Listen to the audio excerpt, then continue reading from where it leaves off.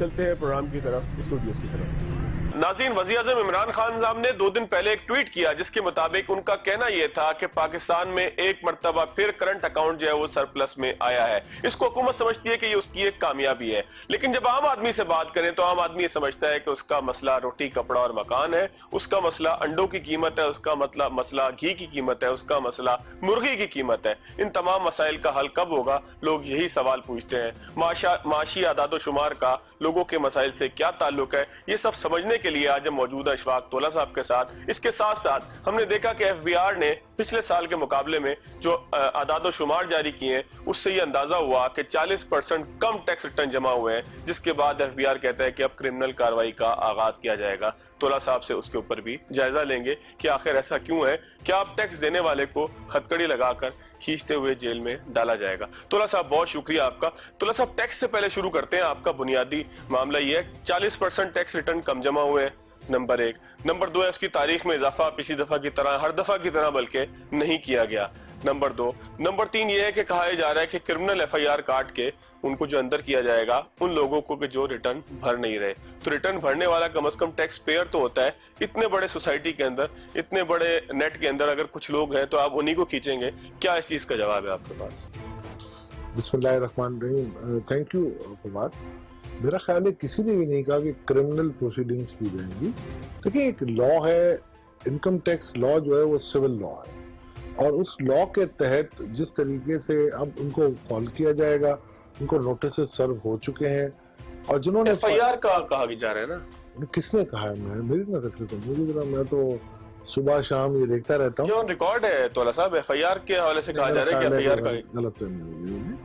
अब उनको आप कहेंगे आप जमा कराएं, रिटर्न जमा कराएंगे जो उन पे, वो तो एक नॉर्मल प्रोसीजर है। तो लायबिलिटी बनेगी, वो सरप्लस सरचार्ज जो भी बनेगा, डिफॉल्ट सरचार्ज वो पे करते रहेंगे। अगर FIR काटी गई, अगर कोई क्रिमिनल एक्टिविटी में इन्वॉल्व है तो अलग बात है, कोई फ्रॉड कर रहा है तो अलग बात है। इसके अलावा FBR कोई FIR नहीं काटती। अच्छा, 40% कम जो है वो रिटर्न फाइल हुए। ये मैं इसमें तो मैं FBR के साथ दूंगा कि आप कब तक ये एक अनरिलायबल और डिस्क्रेडिटेड अपने आप को करेंगे कि हर किसी को ये होता है यार रिटर्न तो डेट तो बन जाएगी। आप मुझे बताएं, आपने कह रहा है कि कोविड का कोई भी जेन्युइन केस है जो कोविड में मुब्तला हो और उसकी अगर है तो मैं उसके लिए फ्री फाइट करने के लिए तैयार हूँ। मुझे आप भिजवाएं अपने जेन्युइन रीजन, हम जाके लड़ेंगे वहां जाके कि जी अगर कोविड का कोई शिकार था उस वजह से वो नहीं कर सका। हाँ, ये ना हो जून में कोई कोविड हुआ हो जिसको, और फिर आके मुझे दिसंबर में बोले कि यार मुझे कोविड था। आप मुझे दें, उस वक्त अल्लाह ना करे किसी को कोविड था और अगर नहीं जमा करा सका तो मुझे बताएं। दुनिया में कोविड आया, आप मुझे बताएं US में कितनी रिलैक्सेशन दी गई, उस वक्त तो पीक पे था। चाइना में कितनी दी गई, UK में कितनी दी गई, इंडिया में कितनी दी गई। इंडिया में आप हालात देख ले, लॉकडाउन पे लॉकडाउन लग रहे हैं, मगर ये चीजें कंप्लायंसेस जो होती है वो कभी आगे पीछे नहीं। आप ये समझते हैं सोसाइटी के लिए बेहतर है कि लोगों के साथ जो है वो, देखिए, आप एक अक्टूबर के शुरू अवाइल में आपको उन्होंने कह दिया था कि हम दिसंबर तक आपको नहीं छेड़े, 8 दिसंबर इज जो डेट है। अब 8 दिसंबर पे आप अचानक उठते हैं और बोलते हैं जी मुझे आप कर दें। और देखिए, एक बात और याद है कि ये एक मेरा ख्याल है काबिल कबूल बात भी नहीं है, किसी के लिए कोई उजर नहीं है कि मैं टैक्स रिटर्न फाइल ना करूँ और फिर मैं कहूँ कि जी मुझे बख्श दे। नहीं, एक मरतबा आपको ये चीज ठीक करनी पड़ेगी। हाँ, FBR को भी मैं ये कहता हूँ कि आइंदा से आप जून के अवाइल में या जून के शुरू में आप टैक्स रिटर्न का फॉर्मेट दे दें ताकि सितंबर 30 आपकी डेडलाइन है, मिल जाएगी और करना चाहिए आपको। ये तो कोई बात ना हुई कि जी आप हर साल की तरह फिर साल आप कहोगे जी लास्ट टाइम आप 29 फरवरी तक लेके गए। बिल्कुल। लास्ट टाइम एक और भी इशू था आपका कि एमनेस्टी भी चल रही थी आपकी, तो लोगों के डिक्लेरेशन भी थे। उससे पिछले साल भी ये था कि एमनेस्टी भी चल रही थी, तो लोगों के इशू थे। अब मैं समझता हूँ आपको एक जिम्मेदारी का सिस्टम को स्ट्रीमलाइन करने के लिए आप समझते हैं और ये इसमें कोई इतना बड़ा लॉस नहीं है। ये सिर्फ मेरा ख्याल है इसलिए किया जा रहा है, कुछ मेरे भी दोस्त होंगे तो हमने भी अपने रिटर्न फाइल किए, इसमें क्या है यार, रिटर्न फाइल करना तो जिम्मेदारी है आपका, कौमी फरीज़ा। अच्छा, 5-6 माह तकरीबन हो जाएंगे दिसंबर 31 को। आप क्या समझते हैं, FBR की परफॉर्मेंस ठीक है, ठीक टैक्स कलेक्ट हो रहा है?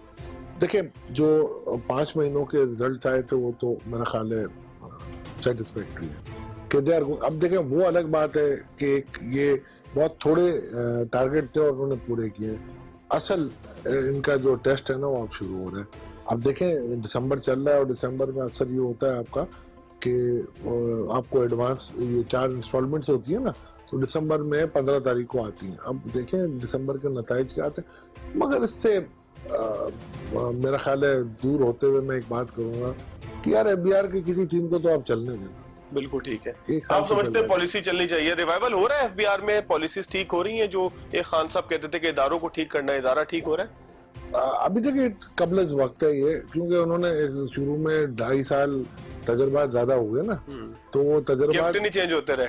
नहीं, captain, vice captain, wicket keeper, opening bowler, कभी स्पिनर करवा रहा था, तो ये अपनी इनकी डायनामिक्स थी। और मैं ये समझता हूँ देखें चले अब अगर अभी भी ठीक हो जाता है और आगे अगर आपको एक राह मिल जाती है अच्छी, तो मैं समझता हूँ ठीक है, अब चलता रहेगा। चले टैक्स से निकल आते हैं, टैक्स तो हो गया जमा। अच्छा, तोला साहब, खान साहब ने ट्वीट किया 2 रोज पहले, जिसमें उन्होंने बड़े वाज़ेह अल्फाज में कहा कि जी करंट अकाउंट डेफिसिट खत्म होकर अब सरप्लस में चला गया है, और महसूस ये हो रहा है कि इसको हुकूमत अपनी एक बड़ी कामयाबी समझ रही है। ये वाकई हुकूमत की कामयाबी है या हमें समझ में नहीं आ रही? एटलीस्ट मुझे तो समझ नहीं आ रही। अच्छा, क्या रीजन है उसका? देखें 2-4 रीजन होते हैं। आप दुनिया के अक्सर कंट्रीज में देखेंगे, वो कंट्रीज जिनके एक्सपोर्टेबल सरप्लस हो वो तो करंट अकाउंट सरप्लस में आते हैं। हमारे जो सरप्लस इस वक्त आया हुआ है वो 2 वजूहात से आया हुआ है कि हमने पिछले 2 सालों में इंपोर्ट को काफी कम किया हुआ है, और दूसरा ये है कि हमारी रेमिटेंसेस इस साल काफी ज्यादा आ गई। तीसरा ये है फैक्टर आपका कि आपके एक्सपोर्ट्स बढ़े हैं, मार्जिनली बढ़े हैं, 2% बढ़े हैं, मगर बढ़े जरूर हैं बिकॉज ऑफ के कोविड की वजह से। बांग्लादेश अभी 100% ऑपरेशनल नहीं है, आप 100% ऑपरेशनल है। और दूसरा अगर आप देखेंगे तो इंडिया बिल्कुल ही जबूहाली का शिकार है। तो टेक्सटाइल में दुनिया के पास जब ऑप्शंस कम है तो पाकिस्तान की तरफ नजरें जमी हुई। मगर टेक्सटाइल में भी मेरा ख्याल है, जो मेरा डेटा के बारे में जो ख्याल है, वो रेडीमेड गारमेंट जो बांग्लादेश का फोटे है वो हमारे पास अभी भी उस हालत में नहीं है। ठीक। और दूसरी तरफ आपका होमवेयर जो है यस वो अच्छे जा रहे हैं। तीसरी तरफ फूड ग्रुप में आप मेरा ख्याल है कंसीड कर गए हो और इसमें तो आपका कम हो रहा है। इस तरीके से जो अलार्मिंग चीज जो मुझे लगी डेटा को देखते हुए, उसमें सबसे बड़ा मसला ये मुझे नजर आया कि मशीनरी ग्रुप में थोड़ी कमी वाकई हुई है। स्पेशली टेक्सटाइल की मशीनरी मुझे कोई इतनी ऊपर नजर नहीं आई बल्कि नीचे ही गई। अच्छा तोला साहब, एक बड़ा मासूमाना सा सवाल है आपसे, बिल्कुल लेमैन वाला। क्या पाकिस्तान जैसी सोसाइटी, एक गरीब मुल्क, एक सेकंड वर्ल्ड कह लें, चले मैं थर्ड वर्ल्ड नहीं कहता, थर्ड को हम बड़ा अच्छा नहीं समझते, वो ये अफोर्ड कर सकता है कि उसका करंट अकाउंट डेफिसिट जो है वो बेशक ना हो, सरप्लस में हो, लेकिन साथ तरक्की भी बिल्कुल ना हो रही हो, इंडस्ट्रीज ना लग रही हो, सड़कें ना बन रही हो, इंफ्रास्ट्रक्चर डेवलपमेंट ना हो रही हो? तो पाकिस्तान जैसा मुल्क तो हर वक्त डेवलपमेंट मांगता है ना, तो आवाम के लिए हम क्या कर रहे हैं? क्या सिर्फ आदाद शुमार को बेहतर कर देना ये मेरी कारकर्दगी होगी, या लोगों को मैंने क्या डिलीवर किया ये अच्छी कारकर्दगी होगी? ये तो मैं कह रहा था, मेरी समझ में नहीं आया। आपने मेरे सवाल के जो मेरे सवाल आपके सवाल के मेरे सवाल का अब जवाब दिया कि देखिए असल आपकी जो जीत है ना वो इस बात में होगी कि अगर आपकी तरक्की हो, लोगों के पास परचेजिंग पावर आए। जब तक आपकी परचेजिंग पावर नहीं आएगी, जब तक लोग खुशहाल नहीं होंगे, जब तक लोगों के पास नौकरियां नहीं होंगी, मैं नहीं समझता कि आपकी करंट अकाउंट डेफिसिट भी कोई मेरा ख्याल रहेगा ही जाएगी ये सारी एफर्ट। और फिर आप 5 साल बाद सोचेंगे कि यार करंट अकाउंट सरप्लस अच्छा था कि डेफिसिट अच्छा था। बिल्कुल ऐसे ही है। तो ये मेरा ख्याल है। और इमरान खान साहब ने, हमारे वजीर आजम साहब ने कहा कि हमने 2.5 साल में बहुत कुछ सीखा है। तो ये अगर मेरा ख्याल है पहले अगर दाना लोगों की बात सुन लेते और इस तरीके से रैंपेंट डिवैल्यूएशन ना होती और इस तरीके से इंटरेस्ट रेट ना बढ़ाए जाते, तो आप तो मेरे तो आर्काइव निकाल के खास तौर पे आप हॉट मनी के हवाले से आप उसको एक क्राइम भी कहते रहे हमेशा। अब खान साहब को समझ में आई है कि वो क्राइम हुआ है? देखिए खान साहब, मैं आपको क्लियर बात बताता हूँ, खान साहब की मईशत की इतनी दस्तरस नहीं है और कोई जरूरी भी नहीं है किसी, जाहिर है पीएम लाजमी नहीं है कि पीएम को इकोनॉमिस्ट ही हो। मैं समझता हूँ शुरू के साल में जो गुजरा इनका, उसमें 3 चीजों पे इनको बड़ी मुश्किलात दरपेश आई। पहली बात तो ये थी कि फैसला ही नहीं कर पा रहे थे हमें क्या करना है। दूसरी ये थी कि जिस तरीके से उन्होंने इन एंटिसिपेशन ऑफ IMF जिस तरीके से डिवैल्यूएशन किया, इंटरेस्ट रेट बढ़ाए और फखरिया तौर पे बढ़ाए कि जी हम IMF की शर्तें पूरी करेंगे, उनको ये नहीं पता था कि डू मोर हो जाएगा, तो डू मोर में फंस गए बेचारे। तीसरा ये था कि इनकी जो FBR की टीम थी वो वाकई मेरा ख्याल है परफॉर्म नहीं कर पाई, और पहली दफा मैंने देखा है कि 2 साल मुतवातिर तौर पे आप नेगेटिव ग्रोथ दिखा रहे हो। तो ये पिछले साल भी ये 3997 नहीं है, 3850 से भी कम है, मेरे हिसाब से 3825 है। तो उससे पिछले साल जब 2018 था तो 3842, 19 में 3829 और मेरा ख्याल है 20 में जो ईयर एंड हुआ है 3825 या 20 से ज्यादा नहीं हो सकता। मगर फिर भी मैं ये कहूंगा कि अब इनको अगर सीख लेते हैं और अगर अब 2.5 साल में ये अगर थोड़ा मजबूती दिखाते हैं तो मेरा ख्याल है अल्लाह खैर करे। तोला साहब एक ब्रेक लेते हैं। असद उमर साहब का एक दावा था, उसके ऊपर बात करेंगे। एक छोटा सा ब्रेक लेते हैं। असद उमर साहब का एक ट्वीट था कि 5.7 के अराउंड उन्होंने कहा कि लार्ज स्केल मैन्युफैक्चरिंग जो है उसमें इजाफा हुआ है। तोला साहब से पूछेंगे कि किस चीज में ऐसा इजाफा हुआ है, लोगों को उसका क्या फायदा।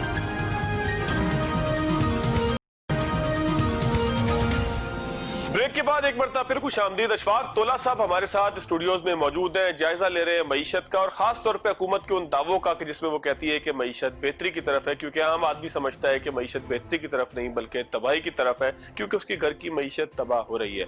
तोला साहब आपके दोस्त हैं असद उमर साहब, उन्होंने ट्वीट किया कि जी लार्ज स्केल मैन्युफैक्चरिंग जो है उसमें इजाफा हुआ है। जाहिर है उनका ट्वीट इसलिए हमें अच्छा लगता है कि वो जाहिर है कुछ समझदार पढ़ी लिखी बात करेंगे इकोनॉमी के हवाले से। हर वक्त बात नहीं कर सकता, इसमें कोई परेशानी की बात भी नहीं है।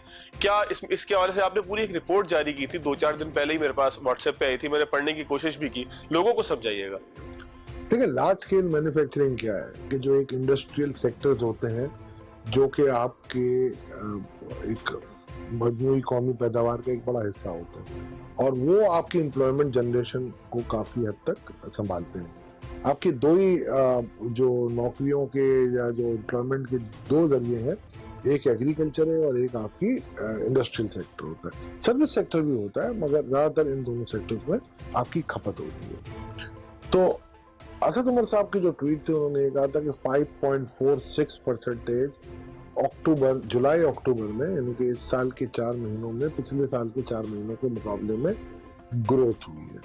और इनका कहना था अक्टूबर में जो ग्रोथ हुई है वो 6.66 है और अक्टूबर से अक्टूबर में, और सितंबर यानी इसी साल के सितंबर से 3.46 हुई है। तो ये 3 आशारिये इन्होंने दिए और मेरा ख्याल ये आशारिये इंकरेजिंग है। इसमें जो सबसे बड़ा आशारिया जो होता है हमारा जो एम्प्लॉयमेंट का जो फैक्टर होता है लार्ज स्केल मैन्युफैक्चरिंग का, जो मैन्युफैक्चरिंग इंडेक्स है, एम्प्लॉयमेंट से इसको कोई ताल्लुक नहीं होता, मगर इस आशारिये से हमें पता चलता है कि मईशत किस सिमत में जा रही है। वो टेक्सटाइल का होता है 20% है, उसमें जो ग्रोथ है वो 0.65 है। 0.65 भी बुरी नहीं है मगर इतनी इंकरेजिंग भी नहीं। बिल्कुल, बिकॉज ये हमारी अगर आप देखेंगे तो टेक्सटाइल वो सेक्टर है जो कि 100% अगर प्रोडक्शन देता है तो उसमें 20% लोकल कंज्यूम होती है और 80% एक्सपोर्ट होती है। बिल्कुल ऐसी। तो उसमें आपको ये आशारिया मेरा ख्याल है 2 या 3% होता तो मैं समझता कि ये टर्न अराउंड काफी है। दूसरा ये है कि कोविड के बाद जैसे मैंने आपको कहा कि पाकिस्तान माशाल्लाह अब फुल ऑपरेशनल है, तो फुल ऑपरेशनल होने के नाते हमें ऑर्डर्स काफी मिल रहे हैं और मेरा ख्याल है ये सीजन भी अच्छा था और अल्लाह करे ये बरकरार है। सस्टेन कर पाएंगे हम, सस्टेन कर पाएंगे, ये ऑर्डर्स मिलते रहेंगे। मैंने आपको पहले भी कहा कि देखिए जी इंडिया बिल्कुल इस वक्त लोएस्ट ऑफ द एयर पे है और बांग्लादेश भी मेरा ख्याल है 60-70% या 80% पे ऑपरेट कर रहा है।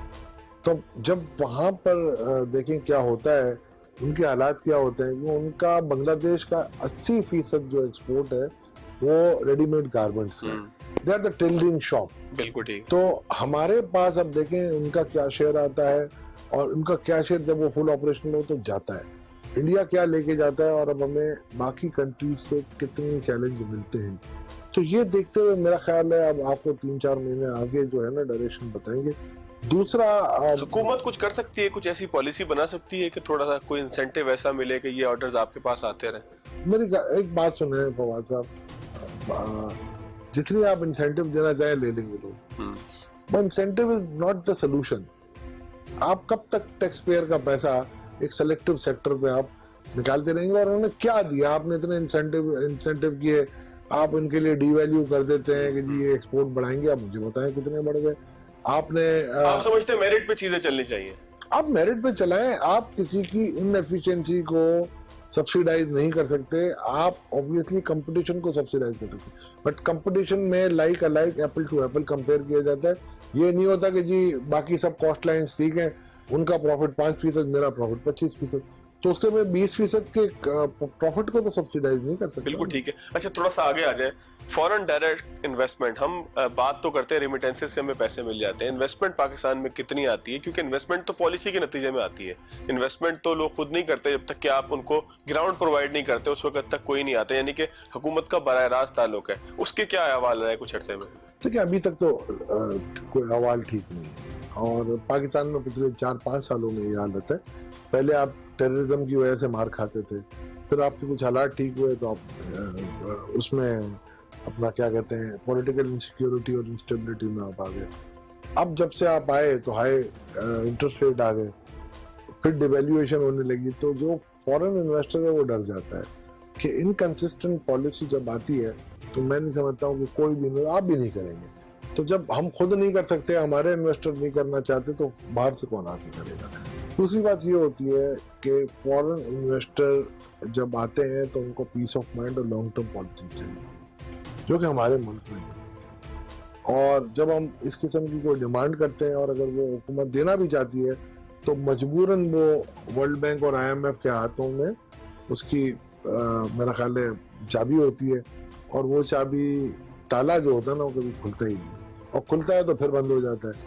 तो इसलिए हमें बड़े इन्वेस्टर्स को भी बड़ा मसला है। ये आते हैं शॉर्ट टर्म में, आते हैं स्टॉक एक्सचेंज में आए, ये जो होता है ना जो बंजारों वाला कैपिटल होता है, जिनकी कोई अपनी जमीन नहीं होती, जिनकी कोई नेशनैलिटी नहीं होती, गुफ्तन नशिस्तन बरखास्तन, जैसे हॉट मनी में हुआ, तो ये गुफ्तन नशिस्तन बरखास्तन FDI है हमारी, और इसमें मेरा ख्याल है मुस्तकिल कोई नहीं है, अभी तक जान नहीं है। अच्छा, डॉलर के हवाले से डार साहब पे बड़ी तनकीद होती थी, लेकिन हम देख रहे हैं ये हुकूमत भी वही सब कुछ कर रही है जो डार साहब करते थे। कोई पॉलिसी इनकी इसलिए वाज़ेह नजर नहीं आ रही कि पहले कहते हैं डॉलर बढ़ा दो, एक्सपोर्ट को फायदा होगा, अब कहते हैं डॉलर स्टेबल कर लो, अब डॉलर रोजाना गिर रहा है नीचे की तरफ, और उसी पॉलिसी से गिर रहा है जिससे डार साहब गिराते थे। नहीं, फर्क क्या फर्क है? चलो मैं वाजे कर देता हूँ थोड़ा सा।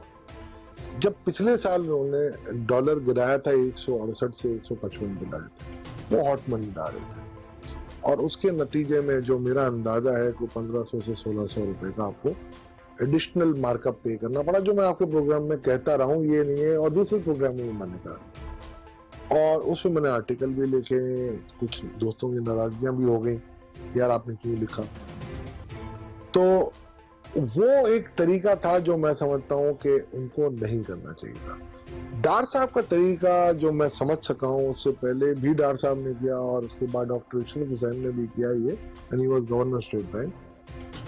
तो वो ये तरीका था कि वो एक क्लास एक्सचेंज से ये आती थी, आपके रेमिटेंसेज आते हैं प्रॉपरली लीगली, कोई वो इलीगल बात नहीं होती, और वो स्टेट बैंक के पास जब सरेंडर होती है तो स्टेट बैंक डिमांड सप्लाई के मैकेनिज्म को अपने हाथ में ले लेता है। इस वक्त जो मुझे नजर आ रहा है, आई मे बी रॉन्ग, वो मैनेज या कंट्रोल्ड है, यानी कि आप रेमिटेंस आउटवर्ड नहीं हो रहे, अभी इंपोर्ट पे काफी हद तक रिस्ट्रिक्शंस लगी हुई हैं, आपको मोरेटोरियम मिल गया एक 1.7 बिलियन का, जो आपको इमीडिएट पेमेंट नहीं करनी पड़ी, आपके जो स्वैप्स थे वो काफी तेजी से हो गए, चाइना ने उठा लिए स्वैप्स आपके। इस तरीके से यहाँ मैं देखता हूँ कि AML लॉ की वजह से मेरा ख्याल है काफी सख्ती हो गई है करेंसी एक्सचेंज के ऊपर, कि अगर कोई भी ज्यादा एक क्वांटम से ज्यादा लेने जाता है तो वो रिपोर्ट तो होती है, तो उसमें काफी हद तक लेने वालों को तकलीफ हो जाती है, और मेरा ख्याल है अगर वो, यानी कि जखीरा अंदोजी खत्म हो गई है करेंसी की उस तरीके। नहीं, जखीरा अंदोजी देखिए होता क्या है, मैं आपको बताऊं, जखीरा अंदोजी नहीं होती है। एक आप अगर फ्री कंट्री है दुनिया में कहीं भी ये चीज, अगर मैं टैक्स पेयर हूँ और मेरे पास मेरी टैक्स मनी है, तो मुझे मेरी मर्जी है जो भी करूं, फिर आप मुझे अलाउ करें। दूसरी बात यह है कि अगर आपको या डॉलर दूं, आपको इस किस्म की पॉलिसी लानी पड़ेगी, अगर आपको ट्रैक करना है लोगों को, स्पेशली फॉरेनर जो आप पाकिस्तान नॉन रेजिडेंट पाकिस्तानी है, आप ये जो लैंड की वैल्यू है ना, ये डीसी वैल्यू, एफबीआर वैल्यू, ये सब खत्म करके मार्केट वैल्यू पाए। और मैं पहले से ये 8 साल से कह रहा हूँ कि टैक्सेशन रिजीम में आप लचक दिखाएं। अगर आप ये कर लेते हैं तो मैं समझता हूँ आपका रोशन डिजिटल अकाउंट में अगर 150 मिलियन है तो मैं आपको दावे के साथ कह सकता हूँ 1.5 से 2 अरब डॉलर आ जाएगा। उनको आप फ्री मूवमेंट अलाउ करें कि जी ठीक है, आप जितने की आप लेंगे आप हमें एग्रीमेंट वैल्यू दिखाएंगे, और ये आप एफबीआर वैल्यू की रिस्ट्रिक्शन को खत्म करें और उनको इंसेंटिवाइज करें। और this is the only way you can bring money. आप कोई इलीगल काम ना करें, आप लीगल काम करें, और लीगल काम ऐसा करें कि आप इंसेंटिवाइज करें आप, और ये एफएटीएफ कभी आपको मना नहीं यानी कि करता। पॉलिसीज ऐसी हो कि जिससे लोगों को फायदा हो। अच्छा, एक चीज थोड़ा सा और बताइएगा, पाकिस्तान को कुछ लोन्स जो है वो थोड़ा सा उसमें रिलैक्सेशन मिली है। पाकिस्तान नहीं और भी बहुत सारे मुल्क हैं, वो भी सारी आप ही की रिपोर्ट है, स्क्रीन पर नाज़रीन देख भी रहे हैं, वो उसके ऊपर पाकिस्तान की मईशत को उससे क्या फायदा होना है? देखिए फॉर द टाइम बीइंग तो फायदा हो रहा है ना, तो अब वो पेवस्तर शजर से उम्मीदें बाहर रख कि भाई अब कोई अच्छी और हमारे लिए कोई अच्छी स्कीम आ जाएगी, हमारी मईशत ऊपर आ जाएगी, तो हमारे पास कोई एक्सपोर्ट बढ़ जाएगी, इस तरीके से हमारे पास सरप्लस आ जाएंगे तो उस वक्त हम पे कर देंगे। या इस वक्त तो मेरा ख्याल है सुकूक बॉन्ड भी लेने के लिए गए थे तो उनको एडवाइस मिल रही है कि ना लें आप, जो मेरी नॉलेज में है। तो मैं समझता हूँ बस ये एक इंतजार की घड़ियां हैं, और मेरा ख्याल है कुछ जो चीजें थी वो डिफर हो गई। अच्छा तोला साहब, आखिरी प्रोग्राम है मेरा इस साल का मईशत के हवाले से। 2020 खत्म होने वाला है। अच्छा, मैं परेशान। आप 2020 को क्या समझते हैं, कैसा रहा मईशत के लिए पाकिस्तान की, कोविड के होते हुए भी? पूरा एक तबसरा इसके ऊपर करें, उसके बाद मुझे ब्रेक में जाना है। बड़ी मुश्किल का सवाल है मगर बहुत आसानी से जवाब दे दो। 4 अच्छे फैक्टर बता दें, 4 नेगेटिव। दुनिया के बहुत सारे मुल्कों को बहुत बड़ा नुकसान उठाना पड़ा कोविड की वजह से। वो हम पे कोई कहना नहीं चाहिए, कुछ अल्लाह की रहमत होगी। अगर कोविड नहीं आता ना तो हम बहुत बुरे हाल में। कोविड से हमें कुछ रिलैक्स मिला है, बहुत मिला है। किन किन चीजों में? आपके ये तो मोरेटोरियम आपने देख लिया, दूसरे मुल्क बंद है, आपकी एक्सपोर्ट बढ़ गई है, ट्रेवलिंग कम होने से आपका जो जो हम जैसे आने जाने वाले थे वो खत्म हो गए। दूसरा, आपको जो लॉसेस हुए हैं ऑब्वियसली टैक्स रेवेन्यू में एक हद तक हुआ है, उससे ज्यादा नहीं हुआ। दूसरा, आपकी ऑब्वियसली इन्फ्लेशन बढ़ी है, अनएम्प्लॉयमेंट बढ़ी है, और लोकल फैक्टर्स जो थे ना वो आपके लिए नेगेटिव है, बट आपका जो फॉरेन फैक्टर्स थे वो आपके लिए पॉजिटिव साबित हुए। तो मैं समझता हूँ आईएमएफ की भी बीच में कोई रुकावटें नहीं थी, अच्छी खासी आपने एमनेस्टी दे दी है, वरना आईएमएफ अगर यहाँ मौजूद होती विद इन प्रोग्राम आप नहीं दे सकते। आईएमएफ से आपको $1.4 बिलियन कोविड फंड का मिला, आपको यहाँ 1.7 बिलियन की मोरेटोरियम मिली, आपने जो सऊदी अरबिया को पे किया $1 बिलियन और $1 बिलियन अगले महीने पे करना है, उसके अगेंस्ट $1.5 बिलियन आप ऑलरेडी बोरो कर चुके हैं कहना से। तो बाय एंड लार्ज अच्छा कुछ ये टेम्परेरी रिलीफ है, अल्लाह करे ये टेम्परेरी ना हो, और ये मेरी बात शायद गलत हो कि जो लोग वापस आए रिपेट्रिएट करके बाहर मुल्कों से, उनका पैसा काफ़ी आया है यहाँ पर, तो आपका for the time being current account deficit surplus में आ गया, रिपोर्ट्स आपकी कम हुई है, तो ये सब चीज़ें कुछ बेनिफिट नहीं आई है हमारी। अगर मैं पलड़ा रखूँ तो 70-30 आएगा, 70-30% प्लस और 30% माइनस। चले, बहुत शुक्रिया इशफाक तोला साहब हमारे साथ मौजूद थे। नाज़रीन यहाँ पे छोटा सा ब्रेक लेंगे, ब्रेक के बाद प्रोग्राम में आगे।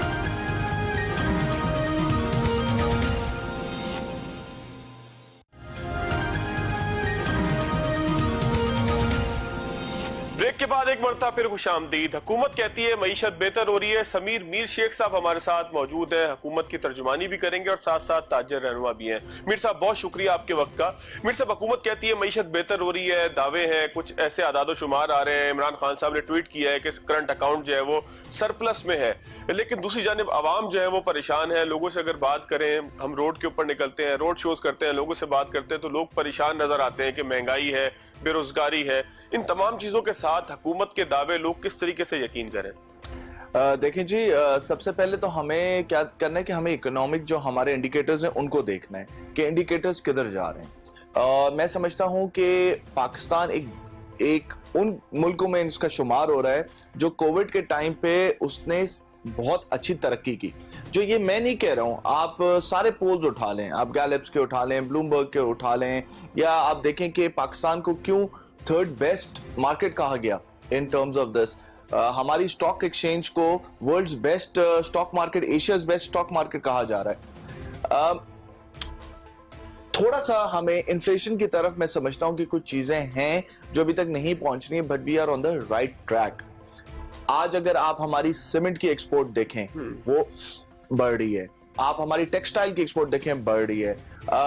जो अभी 2 दिन पहले प्राइम मिनिस्टर साहब ने 40 बिलियन का जो ये हनी प्रोजेक्ट स्टार्ट किया है इसका एक्सपोर्ट का, जिससे एक्सपोर्ट बढ़ेगी तो इससे क्या होगा, ज़ाहिर नौकरियां निकलेंगी, खुशहाली आएगी, चीजें बेहतर होंगी। मैं ये समझता हूं कि इस टाइम पे पाकिस्तान तहरीक इंसाफ की गवर्नमेंट जो is on the right track. आम आदमी का मसला कैसे हल होगा? आम आदमी तो परेशान है कि जी मेरी जरूरत तो ये है कि मुझे आटा सस्ता मिले, चीनी जो है वो लोग, मैंने दो चार रोज पहले रोड शो किया, लोगों का कहना कि चीनी नीचे की तरफ तो आ रही है लेकिन बढ़ाकर कम कर देना, ये कौन सा जो है वो तरीका है? देखें, आपने चीनी की बात की, इसमें खुद खान साहब ने इंटरवीन किया, गवर्नमेंट ने इंटरवीन किया, एक्सपोर्ट को मॉनिटर किया, चीजें बेहतर की। आज आपने देखा कि शुगर की प्राइस नीचे आ गई है, और ये इसी तरह ही अब डाउन की तरफ चीजें, बाकी कमोडिटीज भी जो है, एसेंशियल कमोडिटीज हैं, जो आटा है, चीजें हैं, घी है, ये भी आप देखेंगे कि नीचे की तरफ आती जाएंगी। अच्छा मीर साहब, एक सवाल लोग और कर रहे हैं कि कहीं ऐसा तो नहीं है कि ये जो कोरोना की वबा थी, इस दौरान जो गैप पैदा हुआ, उस गैप के अंदर हमने अच्छा परफॉर्म करके कुछ इंडिकेटर्स को बेहतर किया है, टेक्सटाइल के ऑर्डर्स लिए हैं। आपको लगता है कि पाकिस्तान की इंडस्ट्री सारी ऑर्डर्स को, इन सारी चीजों को सस्टेन कर पाएगी कोविड के बाद? आखिर दुनिया ने खुलना तो है। देखें, जिस तरह इमरान खान साहब ने कोविड के अंदर खासतौर बिजनेस कम्युनिटी को जिस तरह के रिबेट्स मिले, चीजें मिली, आपने देखा कि बिजली जो है उसमें बिल्स के अंदर बड़े उनको जो है सब्सिडी मिली, 50% ऑफ हुए, तो क्या हुआ कि माशियत हमारी स्टेबल रही। आज हम इंडिया से भी अगर हम कंपेयर करें, बांग्लादेश से कंपेयर, बांग्लादेश से तो नहीं, मैं इंडिया से ज्यादा बोलूंगा, हमारी जो तरक्की है वो बेहतर है। अब जब हम कोविड टाइम से निकल रहे हैं और ये सेकंड वेव आ रही है, तो मैं समझता हूं कि जो 2021 आने वाला है वो पाकिस्तान के लिए एक बड़ा खुशहाल साल होएगा। इसमें चीजें सब बेहतर की तरफ किस तरीके से बेहतर होंगी? कौन से ऐसे इकदाम हैं जिनकी वजह से आप समझते हैं कि चीजें बेहतरी की तरफ जाएंगी? खासतौर पर अगर इकोनॉमी को लें, क्योंकि आप खुद FPCCI को रिप्रेजेंट करते रहे, तो आप लोगों को क्या लगता है कि कौन से ऐसे काम खान साहब कर रहे हैं कि जिसकी वजह से जो है वो चीजें बेहतरी की तरफ जाएंगी? देखें, सबसे पहले मैं बताता हूँ कि हमारा एक मसला था, जो हमारे टैक्स के हमें अभी तक रिफंड नहीं मिले थे।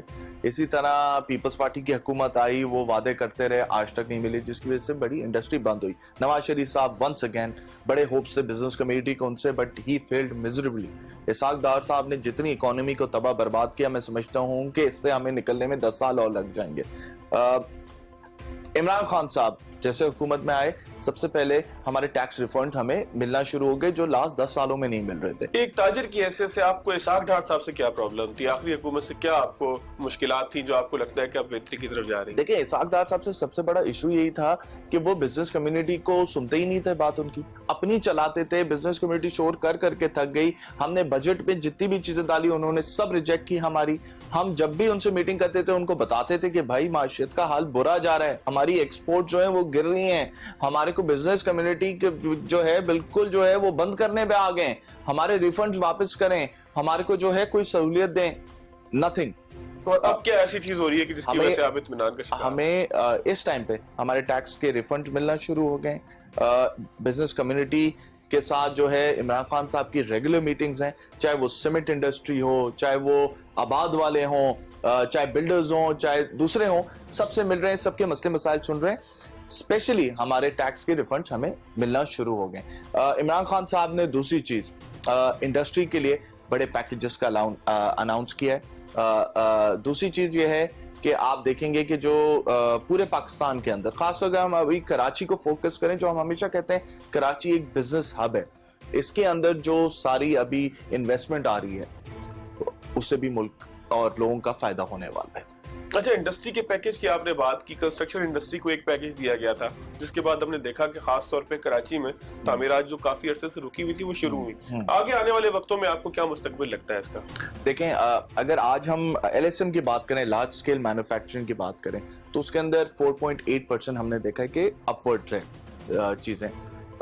मैं ये समझता हूं कि अगर इसी तरह हम लोग थोड़ा गवर्नमेंट पे ट्रस्ट करें, एतमाद करें। लोगों को थोड़ी मुश्किलात आई हुई हैं, but you have to understand one thing कि हम आज लास्ट 40 साल की हुकूमत जिन लोग करके गए और जिधर उन्होंने मुल्क को पहुंचाया, हम उनका पूरा वो टेनियर को 2.5 साल के टेनियर से खान साहब की गवर्नमेंट को कंपेयर कर रहे हैं। एक ताजिर रहनुमा की हैसियत से आप किन चीजों के हवाले से मुतमईन है कि गवर्नमेंट ठीक काम कर रही है? देखें, जहां तक मैं ये समझता हूं कि इमरान खान साहब का focus on the business community है। यस, मैं ये समझता हूं कि जो आज उनकी टीम है वो एक अच्छा काम कर रही है, चाहे वो असद उमर साहब हों, हमाद अजहर साहब हों, रज़ाक दाऊद साहब हों, हफीज शेख साहब हों, they are working towards the right. But हमें शुरू में थोड़ी मुश्किलात आनी हैं, जो आ रही हैं, बट मैं ये समझता हूँ कि आज हम उस मुश्किलात से बाहर निकलना शुरू हो गए। आम आदमी का मसला कैसे हल होगा? समीर मीर साहब, 2-3-4 इकदाम कौन से हैं कि जिससे लगे आम आदमी को कि उसका मसला शायद हल होगा? देखें, ये जो माफिया बैठी हुई है ना इस मुल्क में, जो चाहे वो इंजीनियरिंग सेक्टर हो, चाहे वो सीमेंट सेक्टर हो, चाहे वो वीट सेक्टर हो, चाहे वो शुगर सेक्टर हो, इन पे जब तक सही तरह के चेक एंड बैलेंसेस नहीं होंगे, चीजें सही नहीं होंगी। आज देखें, आज शुगर की प्राइस भी तो नीचे आई ना, इसमें भी बड़े बड़े माफिया बैठे हैं। आपको अच्छी तरह पता है, मैं नाम क्या लूं उन लोगों का, जो लास्ट 40 सालों से इस प्राइसेस को किस तरह अपनी मर्जी से जो है वो ब्लैकमेल करते आते थे हुकूमत में। लेकिन इमरान खान साहब ने स्टेप इन किया, खुद इंटरवीन किया। उन्होंने कहा चाहे कोई भी हो, चाहे मेरा अपना हो, चाहे गैर हो, लेकिन मैं इस तरह की माफिया को बिल्कुल भी बर्दाश्त नहीं करूंगा। प्राइस नीचे आई।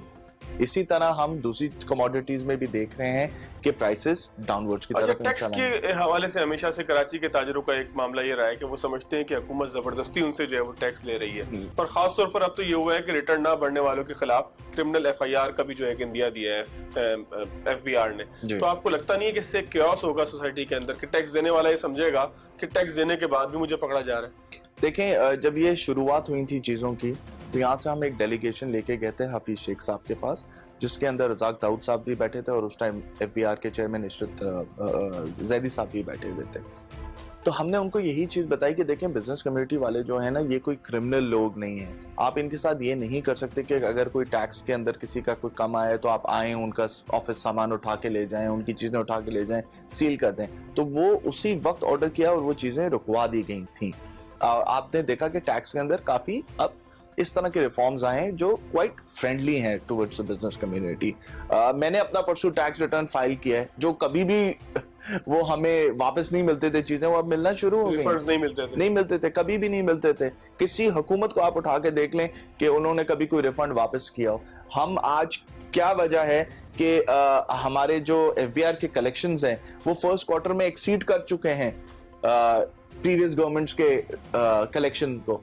यही वजह है कि एतमाद है बिजनेस कम्युनिटी का, लोग अपने टैक्स फाइल कर रहे हैं, चीजें कर रहे हैं। आपने देखा कि इस दफा जो डेडलाइन आई थी वो बिल्कुल इंक्रीज नहीं हुई। बिल्कुल ऐसे हर गवर्नमेंट आप देखें क्या होता था, 30 डेज इंक्रीज करते थे, फिर 15 दिन करते थे, फिर 10 दिन करते थे। लोगों को एतमाद है, लोगों ने अपने टाइम पे अपने टैक्स रिटर्न्स फाइल किए, और अल्हम्दुलिल्लाह मैं समझता हूँ ड्यूरिंग कोविड टाइम्स में भी हमारा जो FBR का कलेक्शन हुआ है टैक्स का, वो फर्स्ट क्वार्टर में हैज बीटन ऑल रिकॉर्ड्स। चलें, बहुत शुक्रिया। समीर मीर शेख साहब हमारे साथ मौजूद थे। नाज़रीन, आज के प्रोग्राम में हमारी कोशिश यही थी कि उन तमाम चीज़ों के ऊपर बात की जा सके जो हुकूमत के दावे और आवाम की जो तरजीहात है, आवाम की ज़रूरियात है, उसके ऊपर बात कर सके। आज के प्रोग्राम से इतना ही, अगले प्रोग्राम तक लिया।